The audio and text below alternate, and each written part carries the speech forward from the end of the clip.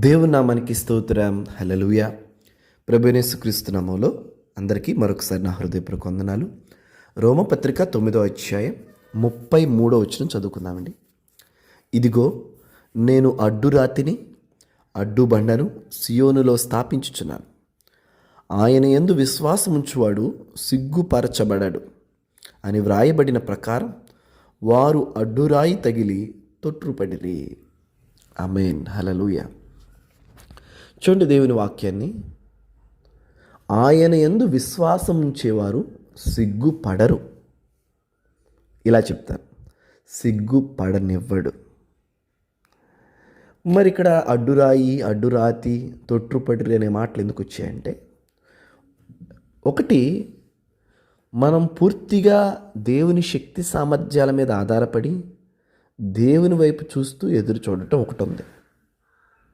రెండో విధానం ఏంటంటే, దేవుని మీద ఆధారపడుతూనే మధ్య మధ్యలో మన సొంత ప్రయత్నాలు చేస్తూ ఉంటాం.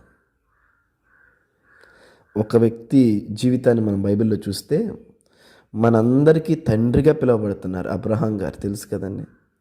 అబ్రహాము నిజంగా అబ్రహాం చేసిన చిన్న పొరపాటుని దేవుడు దాచిపెట్టలా, అబ్రహాము చేసిన గొప్ప కార్యాలని దాచిపెట్టలే దేవుడు.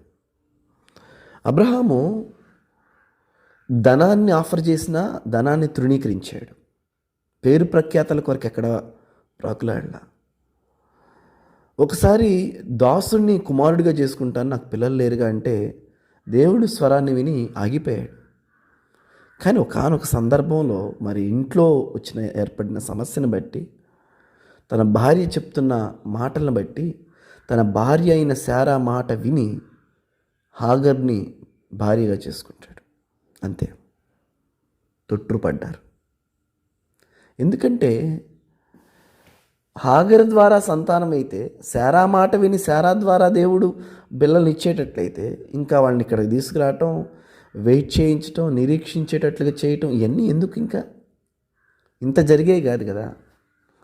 వాళ్ళు ఏమనుకున్నారంటే, ఈ సులభమైన మార్గమే దేవుని మార్గమై ఉంటుంది అనుకుని ఉంటారు.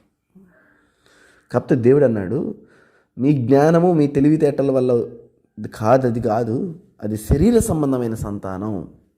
ఇష్మాయేలు శరీర సంబంధమైన సంతానం అన్నాడు దేవుడు. అంటే దేవుడు ఏం చెప్పాలనుకుంటున్నాడు అక్కడ? మనం ఆయన మీద పూర్తిగా ఆధారపడాలి. బ్రతుకైనా చావైనా ఏదైనా సరే నీవే శరణం ప్రభు అని ఆయన తట్టు చూడాలి.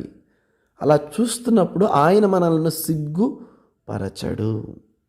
జకర్యా, ఎలిజబెత్లు చూడండి. మళ్ళా వాళ్ళు పాత నిబంధనలో అబ్రహాం శరాలు చూసాం, కొత్త నిబంధనలో జకర్యా, ఎలిజబెత్లు చూస్తే వీళ్ళు ఒక స్పెషల్ క్యారెక్టర్స్ అండి. ఎందుకంటే వాళ్ళు దైవజనులు. మళ్ళా ప్రతిరోజు అనేక మందిని కలుస్తూ ఉంటారు. ప్రతి ఒక్కరూ అందరి కొరకు ప్రార్థన చేస్తున్నారు. దైవజనులకు పిల్లలు లేరేంటి? ఎలా ఉంటుందండి ఆ బాధ? కానీ ఎక్కడ పరిచర్న ఆపలా? వాళ్ళ నీతిని, వాళ్ళ భక్తిని, వాళ్ళ విశ్వాసాన్ని ఎక్కడ ఆపలా? నమ్మకంగా చేసుకుంటా ఉన్నారు.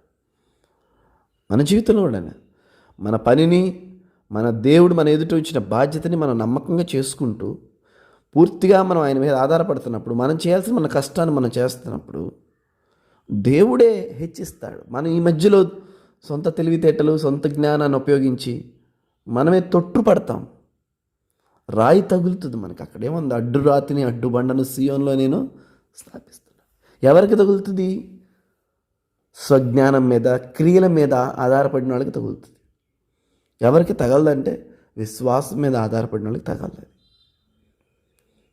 ఇక్కడ ఎవరు తొట్టుపడ్డారు? ఎవరి గురించి ఇదంతా చెప్తుంది అంటే, ఇజ్రాయేల్ ప్రజలంట క్రియల మూలమైన నీతి కొరకు వెంటాడారంట. కానీ ఆ నీతిని దేవుడు విశ్వాస మూలముగా నీతి ఇచ్చాడు. ఆయన మీద ఆధారపడతా, ఆయన కృప కొరకు ఎదురు చూస్తా, నీవే శరణం ప్రభు అని చెప్పి ఆయన తట్టు చూస్తే దేవుడు మనల్ని సిగ్గుపరచడండి, పడనివ్వడు ఆయన. ఇదే ఆయన చెప్తుంది మాట ఈరోజు. ఈ మాటని విశ్వాసంతో మీరు స్వీకరించండి. ఏ పరిస్థితిలోనైనా నేను జలమల్లో పడి వెళ్ళినను, అవి నన్ను ముంచవు, అగ్నిలో నుంచి నేను దాటినా అవి నన్ను కాల్చజాలవు అన్న ఒక దృఢ నిశ్చయం గలవారమై మనం పూర్తిగా ఆయన వైపు చూస్తూ ఆయన తట్టు చూద్దామండి. హల్లెలూయా. ఆయన మనలను సిగ్గుపరచడు. ఆమేన్. గాడ్ బ్లెస్ యు ఆల్ అండి.